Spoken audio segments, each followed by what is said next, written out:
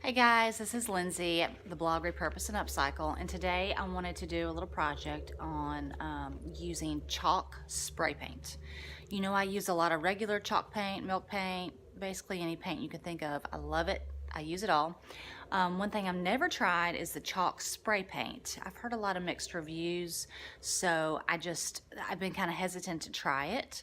But today I'm actually going to try to spray this piece of furniture. It's a real cheap piece of furniture. You can see where it's been chipping up here. So if it gets messed up, if I don't like the chalk spray finish, no big deal. I can refinish it some other way. So stay tuned.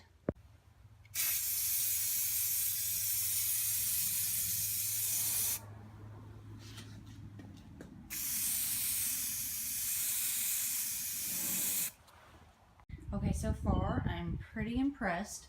I used almost one entire can and I've covered this thing inside and out. Well, except for a few pieces like underneath there I need to go back and get. But the coverage is pretty smooth and I'm really surprised I was able to get an entire can to do the first coat. That's pretty good.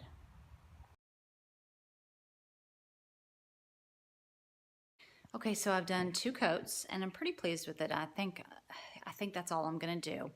And I thought about using the actual chalk paint wax, but you know, in my experience, the wax doesn't really hold up as well as polyacrylic clear finish.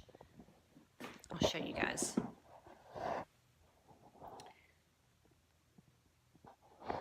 So I'm gonna brush this on. Because this is my kids' bookcase. Their hands are going to be in it. The books are going to be sloshing, you know, back and forth in the bookcase. So I want to make sure this stuff really holds well. And in my experience, the wax doesn't hold up as well as the Minwax polyacrylic clear finish. This stuff is good. It doesn't yellow. I've had really good luck with it. So that's what I'm going to do.